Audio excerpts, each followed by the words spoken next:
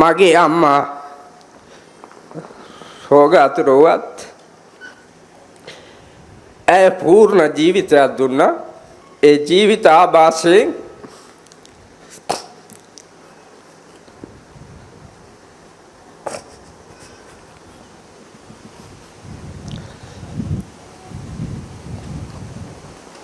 මල් ලෝකේ දිනුවා කියලා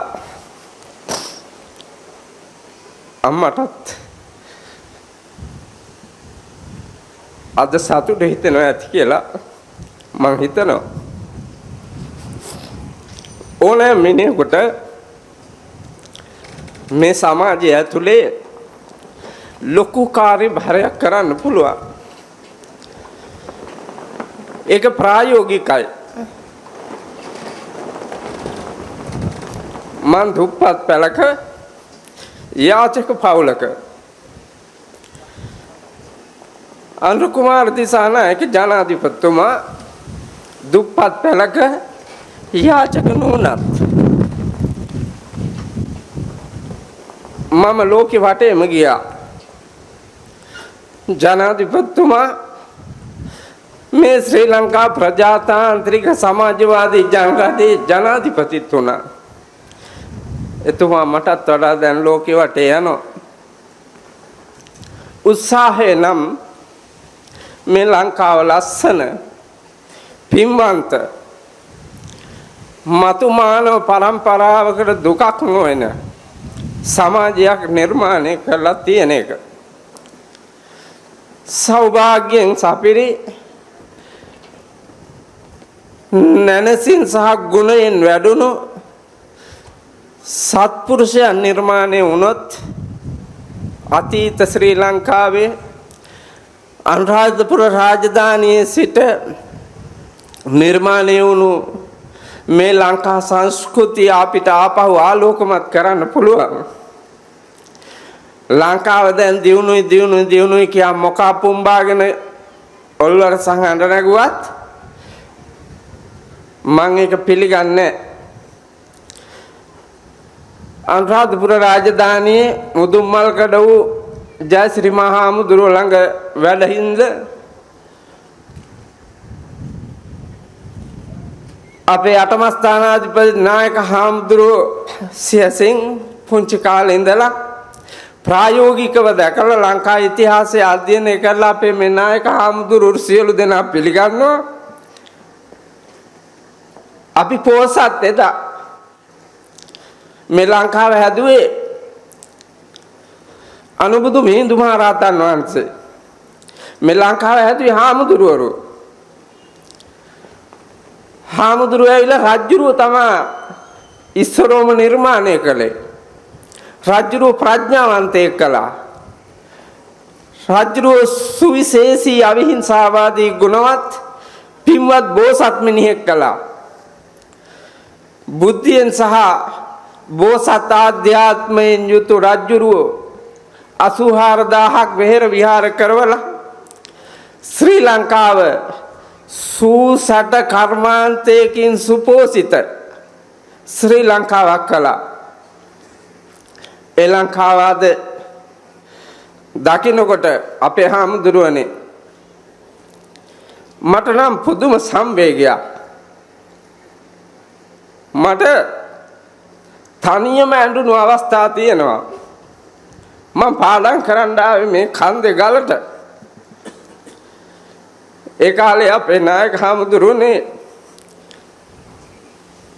මන් දිහා බලන්න හිටියේ වර්තමානයේ දැන් අටමස්ථානාධිපති එවකට රුවන්වැලිසෑය මහා චෛත්‍ය රාජානන් වහන්සේගේ ආශිර්වාදය ලබාපු පල්ලේගම හේමරතන නායක හාමුදුරුවෝ මම පොල්ලත් පැලක ඉන්නකොට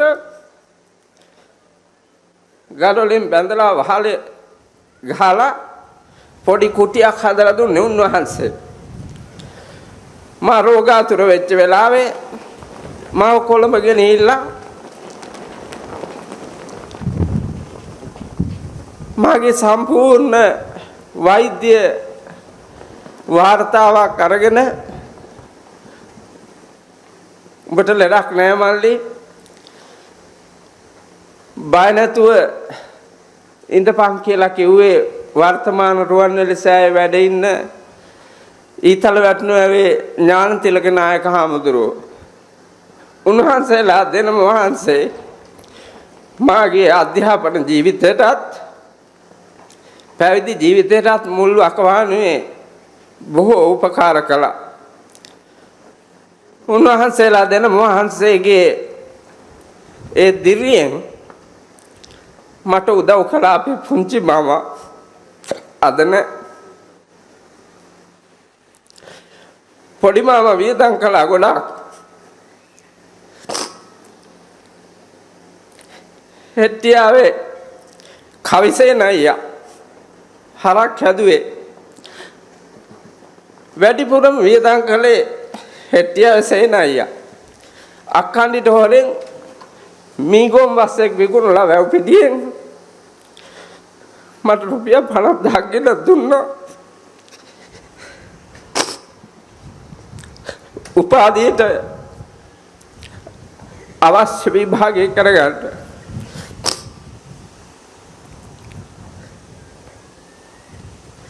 සේනයියත් අද නෑ. නමුත් මගේ අපවත් වෙච්ච ගුරු හාමුදුරුවෝ කියපු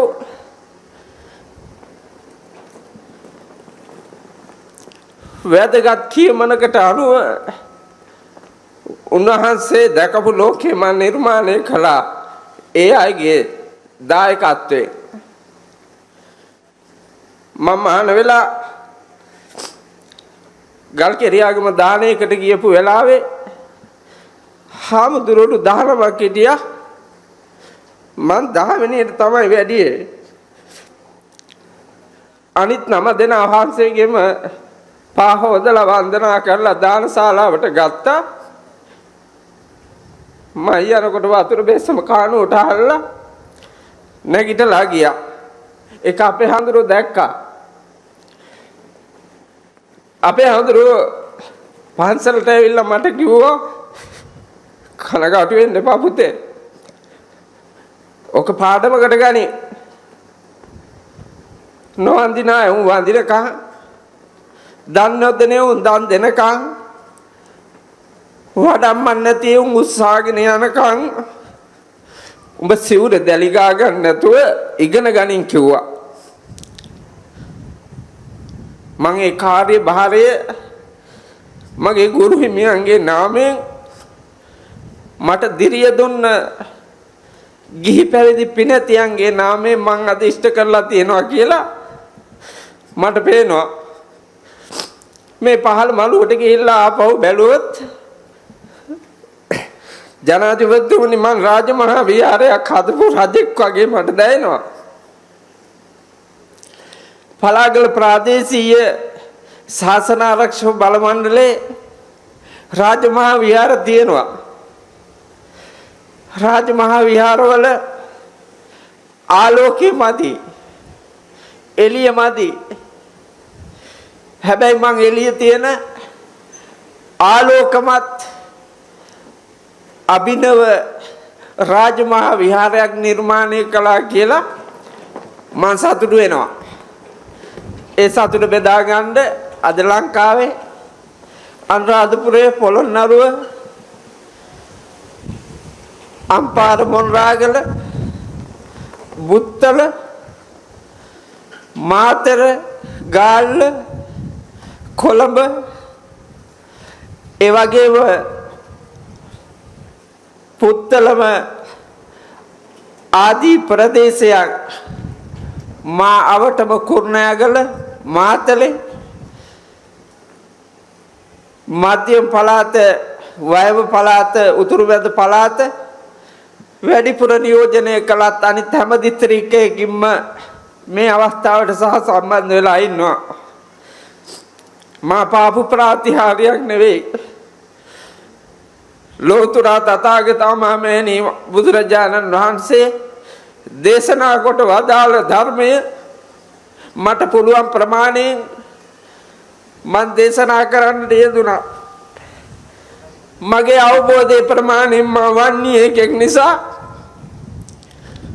මා කී භාෂාව තේරිච්ච ඇත්තෝ තමයි මෙතන ඉන්නේ. මේ සියලුම නිර්මාණයන් කරන්න කෝටි 20-30 ගණන් ගිහිල්ලා තියෙනවා. ඒවා මම රැකියාවක් කරලා හොයාගත්ත ඒවා නෙමෙයි. ඒවා මම බණ කියන්නේ ගියාම පූජා කරන ධර්ම පූජාවට දාපු 750 රුපියල් 5-10 එක්කාසු කරපු සල්ලි මේ ධාතු මන්දිරයත් මෛත්‍රී බෝසත් පිළිරුවත් නිර්මාණය කරන්න මං හදන වෙලාවේ මුල්කල් තියද්දි මං කිව්වා කෝටි 6ක් විතර යයි වගේ කියලා. අපේ දනුස්ක පුතා මගේ සහෝදරෙක් මම පුතා කියලා කියන්නේ ඒ ගෑන්ටයි මිනිහටයි දෙන්නටම දුවයි පුතා කියලා මං ආදරෙන් කියන්නේ. දනුස් පුතා මට කිව්වා බෑ අපේ හඳුන්නේ කෝටි 10කට වැඩිය උමනා වෙයි බර වැඩක් කියලා. මට කෝටියක් දීලා තියෙනවා ආපු ගියපු අය. අනිත් වැය වුණා නම් ඒ කෝටි 9ම මම ලංකාව වටේම බල කියලා මම කොන්ද කැඩලා තිබුණත් මම තවම කෙලින් හිටගෙන ඒ ධර්ම දේශනා කරලා හම්බෙච්ච සල්ලි මම එක දවසක් බණකට ගිහිල්ලා කිව්වා ඔයාලට හිතෙනවද කොහොමද ඒ කෝටි 6 මට කියලා. ගල් ගෙඩියක් පෙරලා නිදානයක් ගත්තා වගේ පේනවද කියලා මම ඇහුවා. ඒ පාදලකම් බලුකම් මගේ පැවිදි ජීවිතේ මම කරලා එක මිනිහෙකුට රිදවලා 750ක්වත් අරන් නැහැ. මිනිස්සු රවට්ටලා අරන් නැහැ. හැබැයි මගේ නම විකුණලා මේ මෑතකදී කොරියාවේ කාලකන්ණියෝ වගේ සල්ලි එක්කව කරලා තිබ්බා. ලංකාවේ උන් 3-4 දෙනෙක් සල්ලි එක්කව කරලා තිබ්බා. එකෙක් දෙන්නේ මම පොලිසියට අල්ලලා දුන්නා. නමුත් ලංකාවේ ශ්‍රී ලංකාවේ පොලිසිය නිසා එකෙන් ඇති වැඩක් නැහනේ. ජනාධිපතිතුමනි මම මේ මූණ බලාගෙනම කියන්නේ නීති පොතක් තියෙනවා ලංකාවේ. එකෙන් ඇති වැඩක් නැහැ. නීති පොත ක්‍රියාත්මක වෙන්නේ නැහැ. ඒක ක්‍රියාත්මක වෙන්නේ නැත්තේම අහිංසකයට. සල්ලි තියෙන බලය තියෙන පුම්බාගෙන ඉන්න වටේ ඉන්නවා. හැබැයි අහිංසකයා වටේ නැහැ. මම දැක්ක දැන් බලාගෙන හිටියේ ඔබතුමා එනකොට මේ සියලුම ආරක්ෂකයෝ ඔබතුමා පස්සෙන් දුවගෙන එනවා. ඔවුන්ගේ කාර්යභාරය වෙන්න ඇති. හැබැයි අර දවස්වල කැලේ හැංගිලා හිටියේ. කැලේ හැංගිලා හිටියේ මම දන්නවා. අයියා මැරලා හැට පෙවුනා. නමුත් එළියට ඇවිල්ලා අයියව ගන්න බැරි වෙච්චේ ඔබතුමා රද වෙච්ච එක ගැන මට හරි සතුටුයි. මගේ අවුරුදු 3-4ක් ආයු කාලේ තියෙයි. ඒ පණ තියෙනකන් මේ ජනාධිපතිකම අවුරුදු 5ක් තිබ්බත් කමන්නේ මේක වෙනස් කරන්න. මේක වෙනස් කරලා මේ මිනිස්සුන්ට මේ ඉන්න පොඩි උන් එකෙක්වත් දන්නේ ලංකාව ගැන. මේ මහයුන් හිටියට ඒ මුලා වෙලා ඉන්නේ. ඔක්කොම මොඩේ කිව්වට කමන්නේ. මේ සියලු දෙනා මොඩේ ඉන්නේ. මොකෙක් හරි මොකක් හරි පෙන්නමු ගම ඒකට රැවටෙන එක එක පස්සේ දුවන දේවාල ගානේ කෝවිල් ගානේ වැඳ වැටි දන නමස්කාර කරන දෙපැයින් නැගිටින්න දන්නේ නැති කුසීත දීන පරාජිත අනුන්ගේ මතින් කාලා ජීවත් වෙන්න මහන්සි ගන්න පෞජාතියක් ඉන්නේ. මම දන්නවා ඔබතුමාට මේ සැරේ 150 ඡන්ද දුන්නේ පාක්ෂිකයෝ. ඔබතුමාගේ පක්ෂයට ඒකට හේතු කීපයක් තියෙනවා. එකක් මේ උන්ට නිකන් කන්න දෙන්නේ නැති එක පළවෙනි එක. දෙන්න හොඳ නෑ තමයි. නිකන් කන්න දෙන්න හොඳ නෑ. මම නම් කැමතිම නෑ අස්සසු එක්කුටවත් දෙනවට.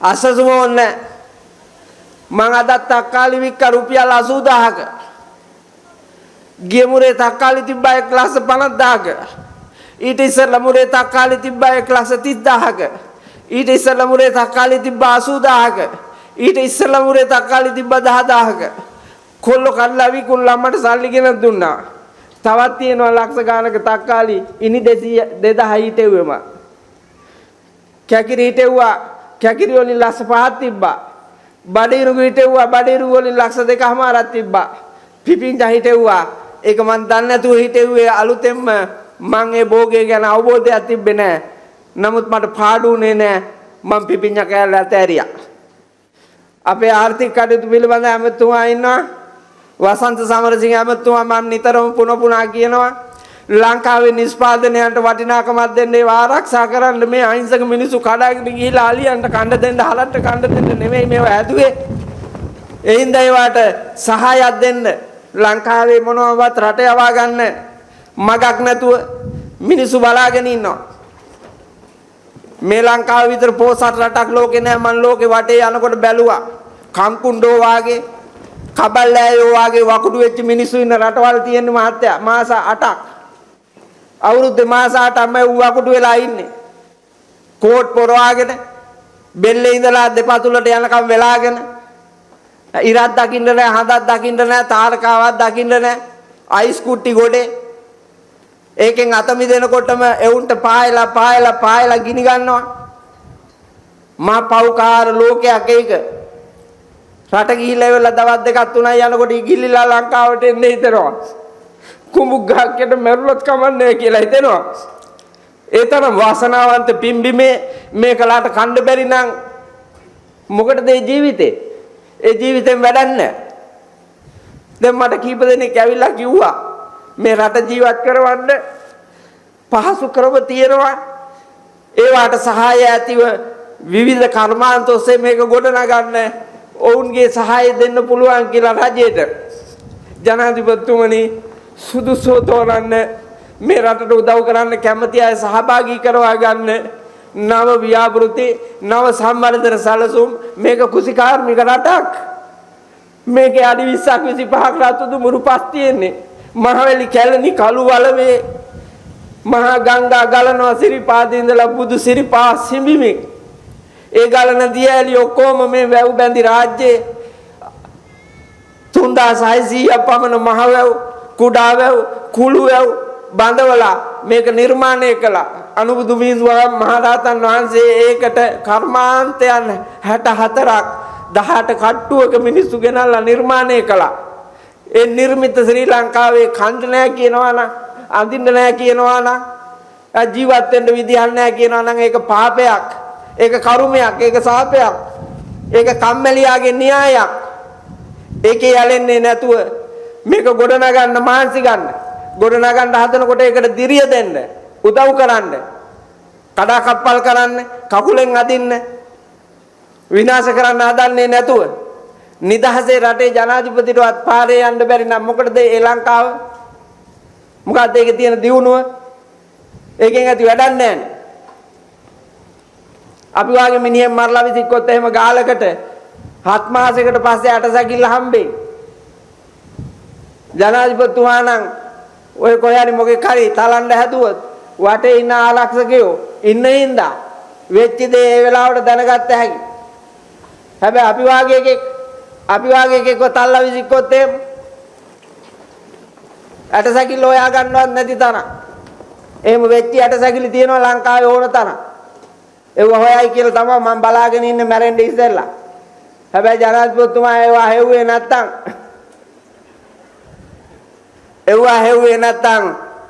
පූජාසනයේ ඔබ ඉඳුවා ඔබට පුදන මේ ලෝකයමයි යලි ඔබට රෙවි නැගිටින්නේ පූජාසනයේ ඔබ ඉඳුවා මෙව වැටෙන්න වලක් නැතුව අන්තිම වලට වැටුණාට පස්සේ හරි ඔබතුමාගේ වටිනාකම දැකලා පක්ෂේ වටිනාකම දැකලා ඔබතුමා රජකම දීලා තියෙනවා ඒ රජකම බාරගත්තා සේම රාජකීයත්වයේ කටයුතු ටිකත් මනාව සිද්ධ කළා මේ ලංකාවට ලස්සන ශ්‍රී ලංකාවක ස්වයංපෝෂිත මිනිස්සු සන්තෝෂයෙන් ජීවත් වෙන මිනිස්සු මතු පරම්පරාවට කාටවත් අතපාන්නේ නැති මිනිස්සු జాතියක් කරන්න පුළුවන් නම් හොඳයි කියන්න ಜಾති ගොඩාක් මගේ හිතේ මං කොරියාවට ගියාට පස්සේ වයස 92 අප්පච්චි කෙනෙක් ඒ අප්පච්චිත් එක්ක කතා කරද්දි මට කිව්වා අපේ රටේ හුණු සාල්ලු අරන් ගියේ සල්ලි නැතුව කැඩිච්ච සහල් අරන් ගිහිල්ලා නිවිති කොළ වාගේ කොළ జాතියක් තියෙනවා මේ කොළ වලින් අපි කැඳ හදනවා හාල් හුණු සාල් මිටක් අරකට දාලා මුට්ටියට අර කොළ ගොඩක් දාලා හැලියක් කාල් ගාලා හදා ගන්නවලු ඒ කැඳ එක බීලා මුළු දවසම මේ කැඳ එකෙන් ජීවිතේ ගෙවුවලු ඒකොල්ලේ මිනිස්සයා කිව්වා එහෙම රටේ බලන්නකෝ ලංකාවේ මිනිස්සු ඇවිල්ලා අපේ රටේ හිඟා කනවනේ අපේ රටේ කුලී වැඩ කරනවනේ මේක කොහේ හරි වැරදිලා තියෙනවා වයස අවුරුදු 92යි ඒ උන්දට තේරිච්ච එක මෙවුන්ට තේරුන්නේ නැහනේ වයස අවුරුදු 92 කොරියාවේ හිටපු මිනිහට තේරිච්ච එක අපේ රටේ හිටපු උන්ට තේරුන්නේ නැහැ ජනපතිවරු මැතිවරු ඇමතිවරු රටවැසියෝ හාමුදුරුවරු ඔව්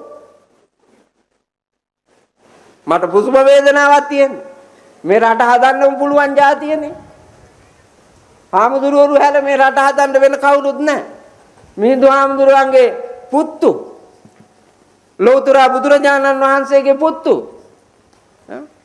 බුදු පුතුන් හැර මේ රටේ සෞභාග්‍ය නිර්මාණය කරපු මේ රට පූජනීය කරපු මේ රට රැකගත්ත වෙන જાතියක් නැහැ උන්වහන්සේලාගේ ආශිර්වාදය නැතුව මේක ගෙනියන්න බෑ ජනාධිපතිතුමා මේ රට කෑවේ මෙන්න මේ ටික මේක කියලා ඉවරයි පිළිගනිමු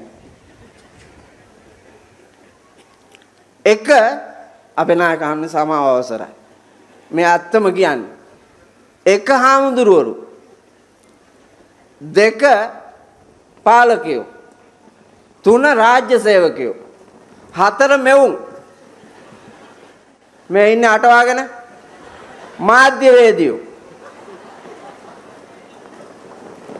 පහ ඔය කොක්කඩ නගා hina වෙච්චි ලංකාවේ ගෑනු මේ කණ්ඩායම් පහ තමයි ලංකාව කෑවනම් කෑවේ හේතුව මේ කණ්ඩායම් පහ කෙලින් හිටියා නම් අය රටක් හදන්න එච්චර අමාරු නෑ කුසේ උපන්න දරු පැටියා මේ ලෝකෙවත් දැකලා නැති එකාගේ ඉඳලා හදන්න අයිතිය තියෙන අම්මට ඒ අම්මට අයිතිය තියෙන්නේ ඒක රටේ කවුරුත් දැකලා නැහැ දැක්කේ අම්මා විතරයි ඒ අම්මාගේ මිනිහාවත් ඒක දැකලා නැහැ හැබැයි අම්මා කුස පිරිමැදමින් ඒක අහුරතල් කරමින් 9 මාසයක් කුසේ ඇති දැඩි කරලා 9 මාසයකුත් දවස් ගානක් තියාගෙන ඉඳලා මේ ලෝකෙට බිහි කරලා ඇගේ කිරි ලේ කිරි කරලා දීලා මේ ලෝකේ මුල්ම පුබ්බාචාරිය උතුම්ම ගුරුවරියය නොපෙනෙන දෙවියන් වැන්දේ ඇයි ඔබ නිවසේ දෙවියන් අම්මා රකින්න ඉන්නවා නම් දේවතාවෙක් ළමයාව ඒ අම්මා ගෙදර බුදුන් අම්මා නිවන් යවන්න මේ ලෝකේ යමෙක් ඉන්නවා නම් යම් දරුවෙක්ව ඒ අම්මා මෙච්චර වටිනාකමක් Tamanට ලබා දීපු ලෞතර තථාගත සංස්කෘතියේ අම්මාට පිස්සු වගේ ලංකාවේ ගෑනු අයට පිස්සු වගේ උඹලා හිටියට උජාරුවට මන් දන්නවා වගේ මේ අලුත් පහේ ගෑනුණා ජනාධිපතිතුමනේ අධ්‍යාපනයක් කියලා එකක් තියෙන එක ඒක මහා වල් වැදිච්ච එකක් නේ ගෑණිනේ ඉස්කෝලේ යන්නේ අම්මා ඉස්කෝලේ යන්නේ තාත්තා ඉස්කෝලේ යන්නේ අර කහල්ලේ ඉන්නවා කොල්ලෙක් එකක් කිරි අරන් ජීවත් වෙන්නේ මං ඒකට 21000ක කිරිහරක් අරන් දුන්නා 1,85,00,000ක කිරිහරක් අරන් දීලා තියෙනවා ජනාධිපතිතුමා මේ ප්‍රාදේශීය ලේකම් කොට්ටාසෙන මං කිරි උගුරක් බිව්වේ නැහැ. සහතිකට කිරි උගුරක්වත් බීලා නැහැ. උන්ගෙන් ටොපියක්වත් මං කාලත් නැහැ. දුප්පත්ම උන් බලලා කිරිහලක් 1,85 ලක්ෂක පොතේ දාගත්තා නම් මටත් ඒක තියාගෙන ජීවත් වෙන්න තිබුණා. මගේ අම්මට දෙන්න තිබුණා. මගේ ඥාතීන්ට දෙන්න තිබුණා. නෑ මං එහෙම කරේ නෑ. හත්මුතු පරම්පරාව කිව්වත් ගෑවිච්ච නෑ කොමක් නැති.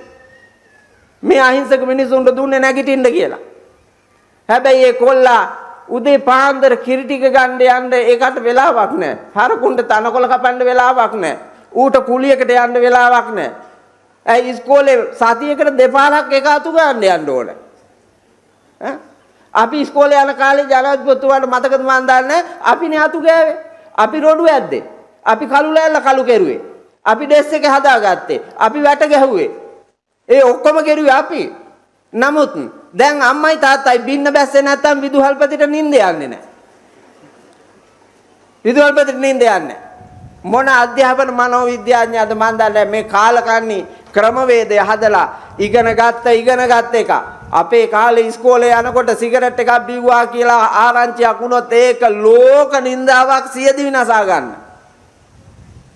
දැන්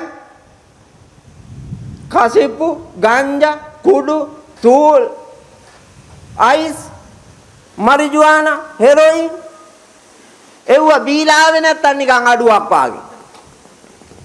ඒ මට්ටමට හැදිලා.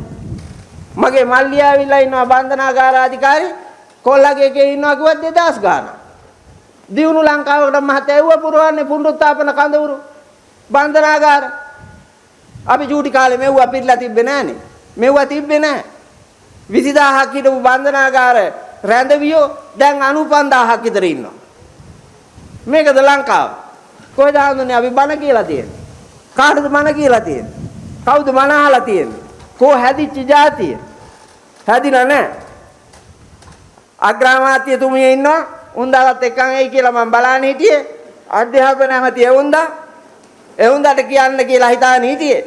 නමුත් හම්බෙච්ච වෙලාවක් කියන්න. මේ අධ්‍යාපන ක්‍රමය හොඳ නැහැ. ඒ හින්දා ඔය අධ්‍යාපන ලේකම්වරු අදාළ බලධාරීන් සියලු දෙනාම දැනුවත් කරලා අම්මව කැන්දන එක නවත්තන්න කියන්නේ. ළමයා ගෙනිහිලා ඉස්කෝලෙන් තිබ්බා. ඒගොල්ලෝ ඇරෙනකන් හිටියා ගේට්ටුව ගාව ටියුෂන් එකෙන් තිබ්බා. රවුන්ඩ් 3ක් ගිහිලා එනකොට අම්මට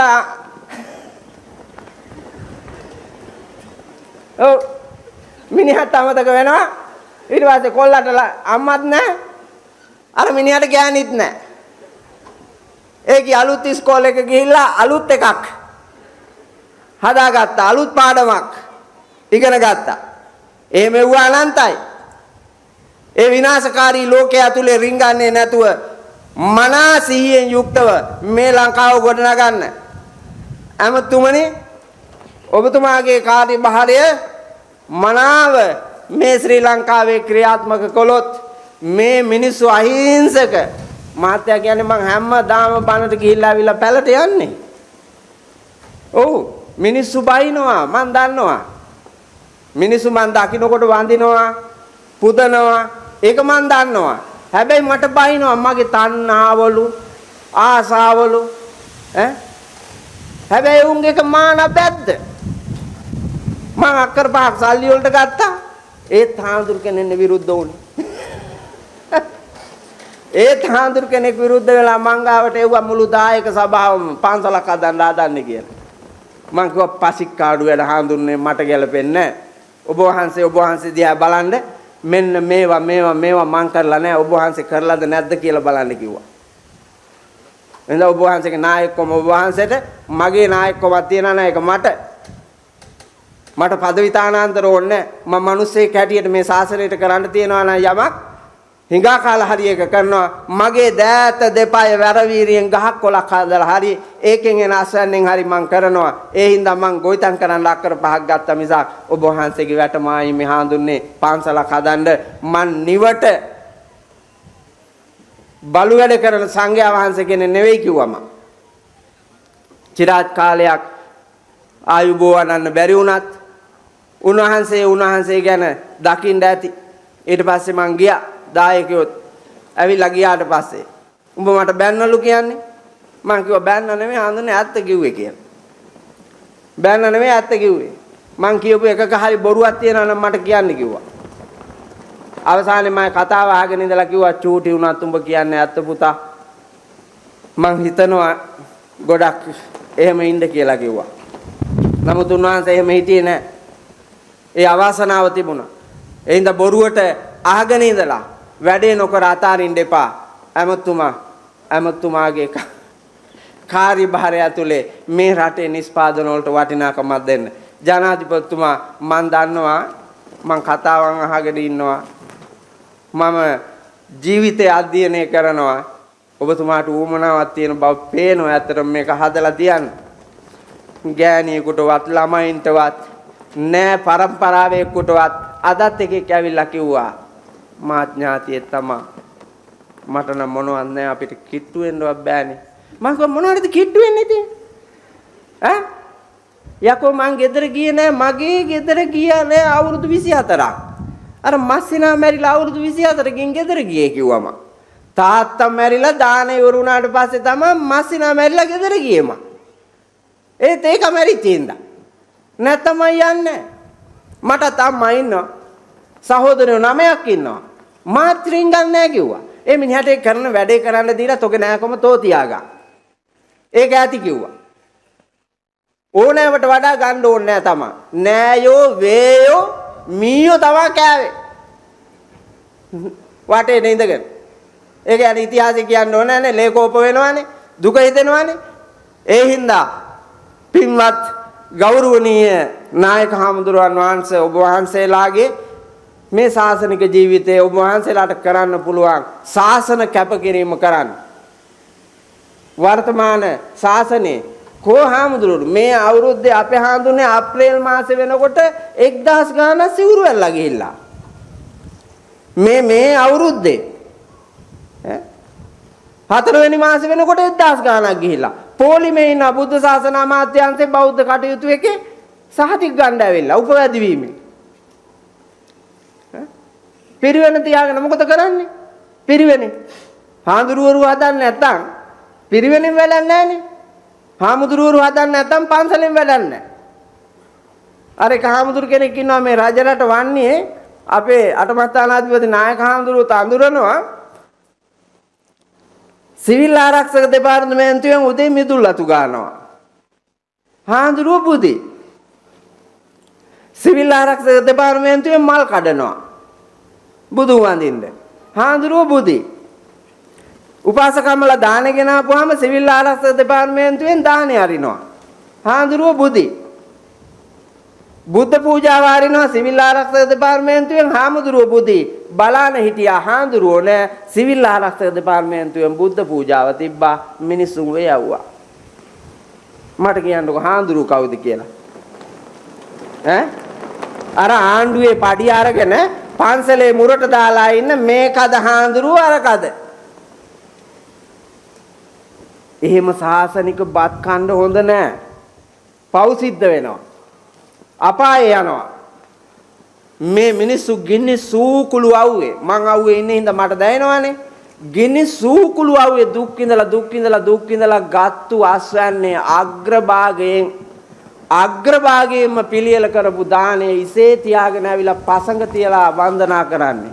අර අලියාගේ කොටියාගේ වගවලසාගේ මැද්දේ හේනේ කුඹුරේ පැල් රැකපු මිනිහාට හාඳුරුනේ ගෑණි ජීවිතේ ඔය ඉන්න එක ගෑණියෙක්වත් මිනිහට බත් එකක් දීලා තියනවද කියලා අහන්නකො වැඳලා. ඒකගේ දැරීමේ කන්නේ. ඒකගේ දැරීමේ කන උඹලා එක දවසක් මිනිහට මගේ වල්ලබයා කියලාවත් අත් දෙක එකතු කරලා වැඳලා නැති මේ ගෑණි පසංග තියලා වැඳලා අර කහම්බ කරපු එක පූජා කරන එක කාලා කොහෙද යන්නේ? යන්නේ නිරේට. ඒ නිසයි මේ උතුම් මරහත් දජේ බලය මේ ලෝකයට පෙන්වන්නට ලෞතුරා බුදුහාමුදුරුවන්ගේ උතුම් ශ්‍රී නාමයට මේ ලෝකේ විශ්ව ශක්තිය වූ සදාතනික ඇත්ත වූ ශ්‍රී සද්ධර්මයට ආර්ය කුල සරියුත් මුගලන් පරම්පරානු ඥාත ඒ උතුම් ආර්ය කුල මහසංඝ පරපුරට ගරු කරමින් උන්වහන්සේලාගේ මඟ පෙන්වීම ඔස්සේ ජීවිතය නිර්මාණය කරන්න. එතකොට අපේ කාර්ය කළා කියලා සන්තෝෂයෙන් මැරෙන්න පුළුවන්. අපිට මේ වැටුණු තැන නැවත ගොඩ නගලා වැටුණු ශ්‍රී ලංකාවක් නේ තියෙන්නේ. ඒ වැටුණු ශ්‍රී ලංකාව නැවත නගා සිටුවලා බිඳිච්ච ශ්‍රී ලංකාවක් තියෙන්නේ කෑලි කෑලි කෑලි වලට බිඳිලා. ඔව්. ශාසනයේ කෑලි කෑලි, සමාජයේ කෑලි කෑලි, දේශපාලනයේ කෑලි කෑලි, රාජ්‍ය සේවයේ කෑලි කෑලි. එක රාජ්‍ය සේවා ස්ථානයක් ගත්තත් කෑලි කෑලිනේ. ඒකනේ මේක එකතු කරන්න බැරි. එයින්ද ඒකාබද්ධ කොට මේ රාගයෙන්, ද්වේෂයෙන්, මෝහයෙන් කිලුටු මානසිකත්වයෙන් ගිනිගත් පෞකාර මේ සමාජයේ පුණ්‍යවන්ත දේශයක් කොට බඩගිනි ඕස්ට්‍රේලියාවේ තියෙන ජනාධිපතිතුමා බඩගිනි කියලා ගම. ලංකාවේ උන් ගිහිල්ලා හිටියලුනේ අප්පා එකේ. ලංකාවේ උන් වැඩට ගිහිල්ලා ඉඳලා අර සුදු ජාතිකයෝ එනකොට ඒකේ බලන්න හැමදාම මෙවුන් කියනවලු බඩගිනි කියලා. අර මිනිස්සු දන්නේ නැහැ බඩගිනි කියන්නේ මොකද්ද කියලා. ඊට පස්සේ ඒ අයට නමක් තිබ්බලු ඒ අය යම් බඩගිනි පොළට බලන්න කියලා. බඩගිනි වැඩ පොළට බලන්න යම්, බඩගිනි වැඩ පොළට බලන්න යම් කියලා ගිහිල්ලා දැන් බඩගිනි ලොකු බෝඩ් එකක් තියෙනවා බඩගිනි කියලා. මම ඔයාලා බඩගිනි කියලා තියෙන්නේ කියලා. ඒ ගමන තමයි කතාව කිව්වේ. මෙවුන් ගිය තැන කණ්ඩ උපන් જાතිය. ආන්ගේ බඩගින්නේ ඉන්න කුසීත මානසිකත්වය නැති කරලා දෑත දෙපය ස්ව ශක්තියෙන් නැගී හිටින පුණ්‍යවන්ත සෞභාග්‍ය දේශයක් කරන්න මහන්සි ගන්න. ඒක ජනාධිපතිතුමා මං හිතනවා ජනාධිපතිතුමාගේ පැත්තෙන් ඉෂ්ට කරයි. අපේ ගෞරවනීය නායක ස්වාමීන්ද්‍රයන්න් වහන්සේලා ඒ කාර්යභාරය මනාව ඉෂ්ට කරයි කියලා මං ඊයේ රෑ මල්ලත්තේ නායකයන්ටත් කිව්වා. මං ආරාධනා කළා දැන් බොහෝ කල නායකහඳුරු පොරොන්දු වෙලා හිටියා ඊයේ රෑ 8 වෙනකම් වඩිනවා කියලා. ඊයේ රෑ 8ට විතර අරන් කිව්වනේ. මට සමාවයක්. මම ඇයි නායකහඳුරු මේ හාල් මැස්සෙක් වාගේ මට ඔහොම කියන්නේ. නෑ මට හෙට එන්න විදිහක් නෑනේ. මම ඇයි? අපේ මහානායක හඳුනගේ උපන්දිනේලු. ඒකට දානයක්ලු. මම ඔය උපන්දිනේ මතක් වුණේ ඊයේ රෑද? ඉපදිච්ච දිනේ මතක් වුණේ රෑද? නෑනේ. වෙන පොය සීමාවේ උපසම්පදා වෙනායගේ ප්‍රශ්න අහන්න තියෙනවා. මම අපේ නායකයන් කීය වෙනකන් අහනවාද? ඒක නම් 10 11 වෙනකන් ඉවර වෙනවා. 16 දෙනයි ඉන්නේ. ඒක නම් පොඩි වැඩක්. නමුත් මම ඒක ඉවර කරලා එන්න තමයි හිටියේ.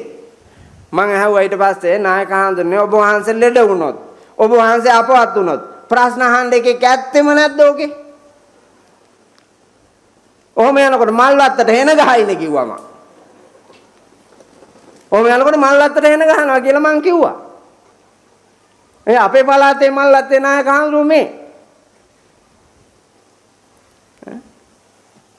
නායකකම කියන එක වින්නි විද්ද දුවන අවුරුද්දකට දිස්ත්‍රික්ක 12කටවත් ගිහිල්ලා දිස්ත්‍රික්ක එකතු කරලා සිංහෙක් වාගේ බුද්ධ ශාසනය කියන්නේ මේක එඳ කන් නැතුව රකපල්ලා කියලා පණිවිඩයක් දීලා යන්න පුළුවන්නේ. එතකොට නේ නායකත්වයේ බබලන්නේ. එහෙම වුණා නැහැ. එහින්දා රටේ රටවැසියාත් පුරවැසියාත් ගෞරවනීය යතිවර භික්ෂු පරපුරත් පාලකයෝ හැටියට ඔබත් රාජ්‍ය සේවකයෝ හැටියට ජනාධිපතිතුමා පුදුම අල්ලස්නේ ගන්නෙ. ඔව් මගේ වඩුව වාගයක් හිටියා වඩු කර්මාන්තය කරන එවුන් වඩු මඩු අතෑරියා. ෆොරස්ට් එකයි වනජීවී එකයි ශ්‍රී ලංකා පොලිසියයි මඩුවෙන් යන්නෙම නැහැ. මේ මෑත භාගේ පොලිස් නිලධාරියෙක් මෙව ආගනිලා.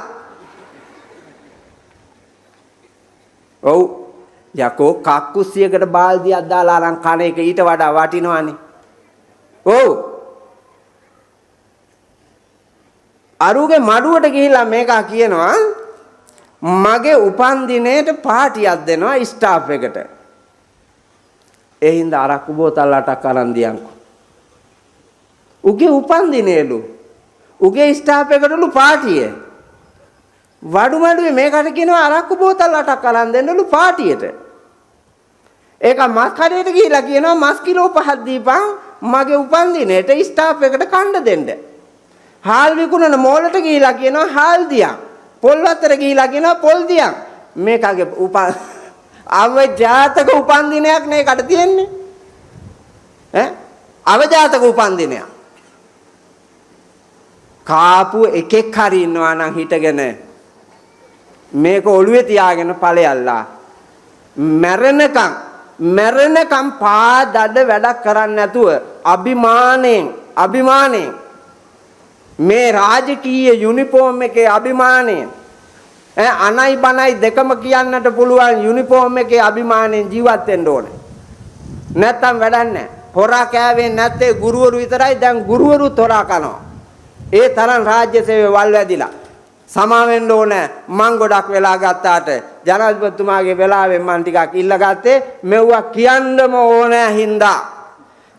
තවත් මිනිස්සෙක් ඇවිල්ලා කිව්වා ඇත්තටම ජනාධිපතිතුමා මං දන්නවා මේ සමාජයේ මිනිස්සු ගොවිතැන් කරපුවාම වී ඉහපු දවසේ ඉඳලා පැලේනේ.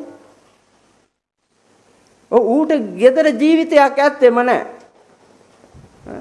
අර කවුද ගායිකාවක් කියනවා මං ආගෙන හිටියා මේ හේනේ බඩේරු කරල් එළියට හඳ එළියට දිලිසෙනවලු. අඹ ගහේ අඹ කණ්ඩ ගිරවුත් ඇවිල්ලා ඉන්නවලු. එවුන් එක එක જાති පෙන්නනවලු කරනවලු. උඹ පැලේමලු මං ගෙදරමලු.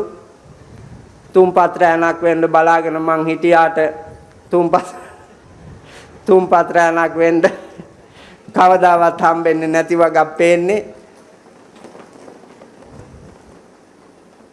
මගේ උපදින රංකැටි පුතාට මේ මගේ සිරිහානේ ඉඩමදි කියලා ඔයාට දැනෙනවද කියලා මහා දුක්ඛිත ආందోලනාවක් කියන ගෑණියා. ඒක මාත්‍යා මේ ගෑනු නොකියුවට මේ ගෑනු ගොඩාක් එහෙම කියනවා. එහෙම නොකියන බොහෝ ගෑනු මන් දන්නවා කරන දේ. එහෙම නොකියන බොහෝ ගෑනු කරන දේවල් මන් දන්නවා. මම විතර මේ ප්‍රාදේශීය ලේකම් කොට්ටාසේ ඔයාලා ගැන දන්න තව කෙනෙක් නැහැ කියලා මට හිතෙනවා. ඔව් මං ඒ තරම් යටි අඩියේ ඉඳලාම ඉස්මත්තට යනකම් ආපු චරිතයක් මේ අවුරුදු 56ට. ඒ හින්දා බොරු කරන්න බෑ. ජනාධිපතිතුමනි අලියන්ගෙන් හරි කරදරයි. මගේ පොල් ගස් 100ක් එක දවසේ පැය දෙකට කෑවා. පොල් ගස් 100ක් බලන්නකෝ. පොල් රටින් ගේන්න වෙන්නේ නැද්ද? අර අවිහිංසාවාදීද සත්ව අවිහිංසාවාදීද මොකක්ද එකක් තියෙනවනේ. අන්න එවුන්ට තලන්න බැරිද? මන් රජ්ජුරුව නම් කළු මුහුද දිහා දාන්නේ. ඇත්තටම මං ජනාධිපති නම් කළු මුහුද දිහා දාන්නේ. මෙවුන් රැල්ලටවත් අපේ රටට එපා. බලන්න මිනිහන එක මිනිහා එක ඒකයි ඉඳලා එපා මොකක් කරන්නද? අපේ මිනිස්සු හරි අවිහිංසාවාදී. සත්තුන්ට හිංසා කරන්නේ නැහැ. නමුත් සත්තුනේ අපිට හිංසා කරන්නේ. වනජීවියෙක්ගෙන් වැට ගහලා තියෙන්නේ පෙරලෙන්නලු. ඇයි ඒක එහෙමලු ගහන්න කියලා තියෙන්නේ. නැත්තම් බෑලු. ඉතින් පෙරලෙන්න නම් වැටක් ගන්න ඕන නිකම්ම තිබ්බන ඉවරනේ. මෙවුන් ඇවිල්ලා උදේට හිටවනවා අරුන් ඇවිල්ලා රැට පෙරලනවා. ආණ්ඩුවෙන් පඩි දෙනවා. සේවයේ එච්චරයි. රටේ ආර්ථිකේ බිඳුවයි. එහෙම ක්‍රම වේද තියෙන්නේ. ජනාධිපතිතුමා ඇස්සරලා බලලා මේ විසඳුම් දිය යුතුයම කෙටි කාලීනී විසඳුම් ටික දෙන්න. පොහොර නිකන් දෙන්නම එපා. රුපියල් 5000කට පොහොර මිටියක් දෙන්න. රුපියල් 5000කට දෙන්න. එතකොට මිනිස්සු ගනි ඕන වෙලාවට ගන්නවා. දැන් පොහොර සහන ආධාරය දෙනවා මන් දන්නවා ඌට 6000ක් යනවා. අහට්ටත් පගාව ගෙවලා මෙහාටත් පගාව ගෙවලා රස්තියාදු වෙලා ලියුම් ලියලා ඌට යනවා අහිංසකයට එහෙම යනවා. හැබැයි අක්කර භාගයක් තියෙන මිනිහා අක්කර 5කට පොහොර ගන්නවා. අක්කර 2මාරක්වත් නැති මිනිහා අක්කර 2මාරට පොහොර ගන්නවා. සමහර අක්කර 2-3ක් තියෙන එකාට පොහොර නැහැ. තවමත් අර හයිය ඇති එක කනවා පේනවා හයිය නැති එක දුක් විඳිනවා. එහෙනම් මේ හොරුන්ට පාර කපන සහන ආධාර නොදී මේ අහිංසකයාට සහන මිලකට ඕන තැනකින් ගන්න බඩුවක් තියන්නකො මේ මිනිසු ගන්නවා. මේ මිනිසු ඉස්පිරිතාලෙට ගිහිල්ලා බෙහෙත් උණ්ඩුව ලියාගෙන ෆාමසියට ගිහිල්ලා නේ ගන්නෙ. ඉස්පිරිතාලෙන් දෙන්නේ නැහනේ. දෙන්න නැහැ අපේ අම්මට මං හැම මාසෙම බෙහෙත් ගේනවා. මං ගෙදර නවදෙන්නේ තව හිටියට එවුන්ට බෙහෙත් උණ්ඩුව යවන්නේ මං අපේ අම්මට ගේනවා හැම මාසෙම රුපියල් 25000ක් ඕනේ මාසෙ බෙහෙත් වලට. රුපියල් 25000ක් මං දන්නවා නංගිට බෑ, චූටි නංගිට බෑ, ලොකු නංගිට බෑ, අක්කන්ඩිට බෑ, අයියලාට බෑ. එවුන්ට ජීවත් වෙන්න හම්බෙන එකෙන් 25000ක් අම්මගේ බෙහෙත් වලට දීපුවාම උගේ ගෑණිගේ බෙහෙත් වලට, උගේ දරුවන්ගේ බෙහෙත් වලට, උගේ කෑම වලට මේ රටේ තියෙන කෙම්පහන් කරන්න ඌට බැරි හින්දා මම මගේ අම්මා ජීවත් වෙලා ඉන්න තාක්කල් මට කලින් අම්මා මැරෙයිද අම්මාට කලින් මම මැරෙයිදයි මන් දන්නේ. මට පුළුවන් තාක්කල් මං අම්මා වෙනුවෙන් ඒ කාර්යභාරය කරනවා. නමුත් ජනාධිපතිතුමා මට මේ ලෝකෙ මිනිස්සු කීයේ හරි දෙන නිසා පූජා කරන නිසා මං කරනවා කියන්නකො. මේ එදිනදා කුලී වැඩ කරන මිනිහාට හරි අමාරුයි.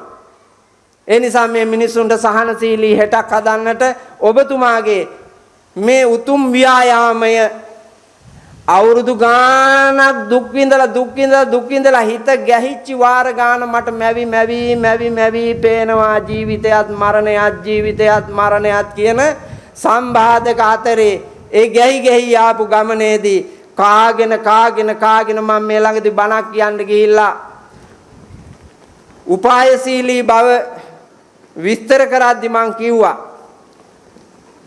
ඔබතුමාගේ උත්සාහය අත් නොහල උත්සාහය නිന്ദා අපහාස ආක්‍රෝෂ පරිභව තාඩන පීඩන මේ සියල්ල ඉදිරියේ නැගී හිට රටේ රජ වෙන්න වාසනාව තිබ්බා නම් අනුර කුමාර දිසානායකට තොට බත් කණ්ඩ හොයා ගන්න බෑද කියලා ඇහුවම ඒක තමයි ඇත්ත. ඒ හින්දා හැමෝටම අපිට පුළුවන් බැරි නෑ පුළුවන් කියලා අරගෙන ඒ පුළුවන් හැටියට මේ පවතින ක්‍රමවේදය වෙනස් කරගෙන ලස්සන ලංකාවක පින්වන්ත ජාතියක් වෙන්න මහන්සි ගන්න. ලෝකෙ උතුම් රට ශ්‍රී ලංකාව, ඉන්දීය සාගරයේ මුතු ඇටයේ ශ්‍රී ලංකාව, බුදුන්ගේ දේශයේ ශ්‍රී ලංකාව, පෙරදිග ලෝකයේ ධාන්‍යාගාරය ශ්‍රී ලංකාව කරලා මැරෙන්න ආස හිතෙන්නේ නැද්ද? ඒ ආසාව මට තියෙනවා.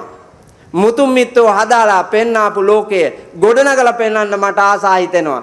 බලන්නකෝ මෛත්‍රී බෝසතාණන් වහන්සේ. ඔබ ඔක්කොටම පේනවා අපිට නොපෙනුනාට මෛත්‍රී බෝසතාණන් වහන්සේ. මං ගෞතම බුද්ධ රාජ්‍යයේ නිවන් දකින්නේ නැහැ කියලා මට තදේ විශ්වාසයක් තියෙනවා. හැබැයි මෙතේ බුදුන් ළඟ නිවන් දකින්න ගොඩේ මුල්ම පෙළේ අපි ඉන්නවා. නේද නායකා? මුල්ම පෙළේ අපි ඉන්නවා. එහෙනම් ඒකට වීරිය වඩනවා. ඒකට මහන්සි වෙනවා. අපිත් එක්ක තොපිට යන්න එනවා නම් ඔය කියාපු ටික අහගෙන ජීවිතේ වෙනස් කරගෙන මේ ශ්‍රී ලංකා ද්වීපයට මේ ලක් මෑණියන් වහන්සේට ආදරය කරන කීකරු විනීත ගුණගරුක දිරිය ඇති පුතුන් වෙන්න දරුවන් වෙන්න වීරිය කරන්න. ඒකට මම්පෙත් විවර කරලා දෙන්න ජනාධිපතිතුමාට අමාත්‍ය මණ්ඩලයට මැති ඇමතිවරුන්ට පුළුවන් සහාය වෙන්න. ඒ වාගේම ජනාධිපතිතුමායන් තව ඉල්ලීමක් කරනවා. සිංහ හම්පොරෝ ගත්ත මේ නරියෝ ඉන්නවා. උන් අර රැළේ ගෙනියන්න ඕන හින්දා අරන් ගියාට කමන්නේ කට අරින්න දෙන්න එපා. ඕක කට ඇරපු ගමන් නරියා බව තේරෙනවා. එහෙම උන් ටිකක් ඉන්නවා. මම වසන්ත සමරසිංහ ඇමතුමාටත් කීප වතාවක් කිව්වා. ඒකෙන් ලොකු අප්‍රසාදයක්, නින්දාවක්, අවලාදයක්, අගෞරවයක් එනවා. හිතලා මතලා හත්තට විඩේ මේ පාරේ යන ඇම්බැට්ට කොල්ලෙක් කතා කරනවා වායේ කතා කරලා හරියන්නේ නැහනේ රටකට, ජාතියකට, දේශයකට, ලෝකයකට. එහෙනම් කට පරිස්සම් කරගෙන වැඩිපුර හිතලා කතා කරන සත්පුරුෂයන්ම කරන්න මාන්සි ගන්න. පඩිය ගන්න නැතුව නැවැත්තුවාටම හරියන්නේ නැහැ. ඩීසල් වියදම ගන්න නැතුව නැවැත්තුවාටම හරියන්නේ නැහැ. කෑම ප්ලේට් එක සල්ලි දීලා කෑවාටම හරියන්නේ නැහැ. සුඛෝපභෝගී කෑම අපිට එපා කිව්වාටම හරියන්නේ නැහැ. වැඩේ තියෙන්න ඕනේ පිරිසිදුවනි කැලල්ව. ඒ ගමන යන්නට ඔබට දිරිය ශක්තිය අවබෝධය ලැබේවා කියලා ප්‍රාර්ථනා කරමින් අද දවසේ වැඩමවා වදාළ අටමස්ථානාධිපති ගරු කටයුතු අපේ නායක හාමුදුරුවන් වහන්සේ, ඒ වගේම විජිතපුර රාජමහා විහාරාධිපති විශ්‍රාමලත් විදුහල්පති අතිගෞරවනීය අපේ නායක හාමුදුරුවන් වහන්සේ, කොටුවේ ගෙදර අපේ නායක හාමුදුරුවන් වහන්සේ, දඹේ වටන ශ්‍රී සෛලතලාරාමාධිපති අපේ නායක හාමුදුරුවන් වහන්සේ, දඹුලු රාජමහා විහාරයේ අපේ අවසරයි ප්‍රේමරතන නායක හාමුදුරුවන් වහන්සේ, එවැගේම ගල්ගොමුවේ අපේ නායක හාමුදුරුවන් වහන්සේලා වර ප්‍රධාන වැඩමවා වදාළ ප්‍රාදේශීය මහා සංඝරුවන ඇතුළු සියලුම ගරුතර ස්වාමින් වහන්සේලා මා සීර්ස ප්‍රණාමයෙන් යුක්තව පාකමල් නැමද මේ වෙලාවේ පිළිගන්නවා. ඒ වගේම ජනාධිපතිතුමා අමතුමන්ලා ඇතුළු මේ අවස්ථාවට සහභාගී වී සිටින සම්භාවනීය අමුත්තන්, මාගේ මෑණියන් වහන්සේ ඇතුළු මේ අවස්ථාවට සහභාගී වී සිටින ලංකාවේ නන් දෙසින් සැපැමිණි ඔබ සියලු දෙනාම ඊ타ත්ම සෙනෙහසින් ශාසනාලයෙන් ආදරයෙන් පිළිගනිමින් මගේ පිළිගැනීමේ කතාව අවසන් කරනවා. ඔබ හැම දිනාටම තෙරුවන් සරණයි.